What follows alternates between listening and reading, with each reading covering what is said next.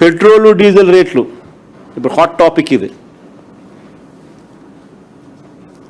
Petrol diesel రేట్లు తగ్గిస్తామంటూ వీళ్ళు ఇచ్చిన హామీ ఈరోజు వెన్నుపోటు కాదా అని అడుగుతా ఉన్నా. 2 ఏళ్ళు అయిపోయింది.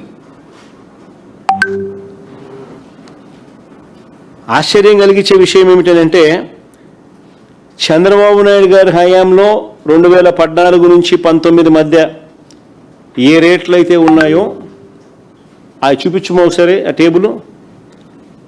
ఆ రేట్లే మా హయాంలో ఉన్నాయి. కేవలం ₹1 మాత్రమే మేము అదనంగా పెంచింది.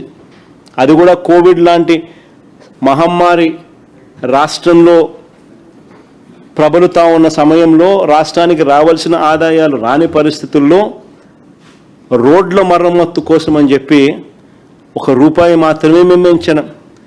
చంద్రబాబు నాయుడు గారు హయాంలో అసలు చూడండి ఒకసారి ఎన్ని కూడా ఎప్పుడెప్పుడు రేట్లు పెరిగినాయనంటే దీనికి సంబంధించిన జీవోలు కూడా చూపిస్తారు. చంద్రబాబు నాయుడు గారు ప్రయర్ టు 2015 పెట్రోల్ మీద డీజిల్ మీద ఉన్న ట్యాక్సులు 31% వ్యాటు, 22.5% వ్యాటు. 5th ఫిబ్రవరి 2015 అంటే చంద్రబాబు నాయుడు గారు ముఖ్యమంత్రిగా ఉంటూ 5వ తారీఖున ఫిబ్రవరి 5వ తారీఖున 2015 31% వ్యాటు ప్లస్ ₹4 పర్ లీటర్. ఈయన పోతున్నాడు 22.5% వ్యాటు ప్లస్ ₹4 పర్ లీటర్ ఈయన మోదిందే. అది 2015 ఆ జీవో ఒకసారి చూపించమ్మా ఒకసారి. ఇది 2015 చంద్రబాబు నాయుడు గారు స్వయంగా జీవో ఇష్యూ చేసి మోదడం మొదలెట్టిన జీవో ఇది. ఈ పక్క రైట్ సైడ్ చూడండి అమ్మా ఒకసారి. రైట్ సైడ్ చూస్తే మీరు in the said schedule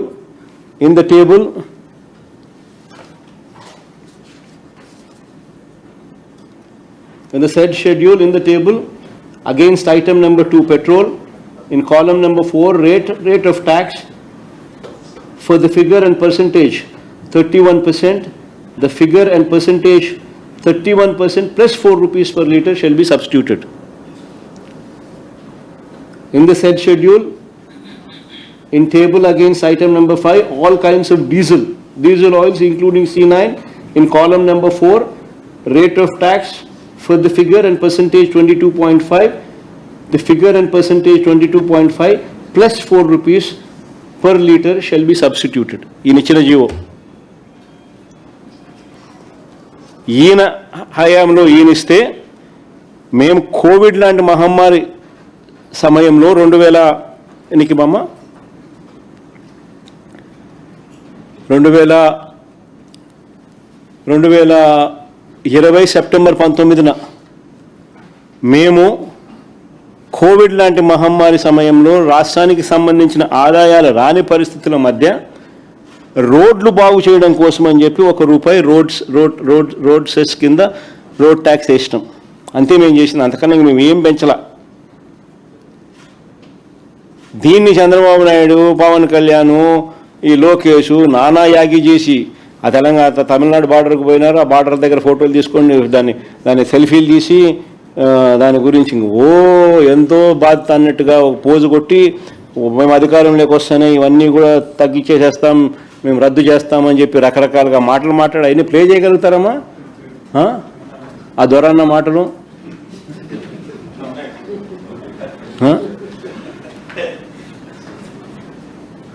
play చేయవు సరే.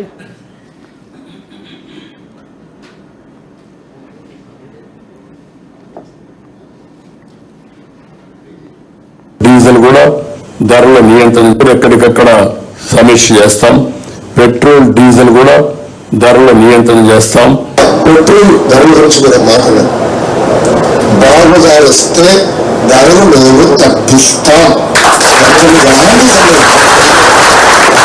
నేను ఎందుకు ముఖకంఠంతో చెప్తున్నానంటే ఈరోజు భారతదేశంలోనే నిత్యావసర సరుకుల ధరలు ఇంత శాతం పెరిగిందని ఏకైక రాష్ట్రం ఆంధ్ర రాష్ట్రం. దానికి కారణం పెట్రోల్ డీజిల్ పైన ప్రభుత్వం వేసే పన్ను. చాలా మంది గూడ్స్ ఆపుతూ ఉంటారు. ఏం పట్టుకెళ్తారండి?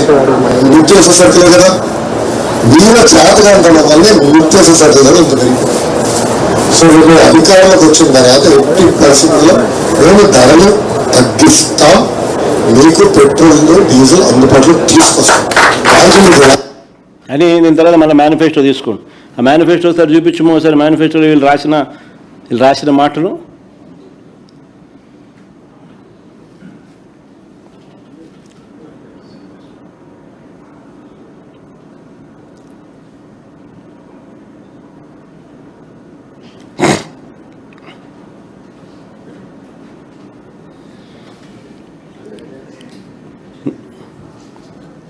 అలా ఇదే మాటలు మేనిఫెస్టోలో కూడా పెట్టినారు.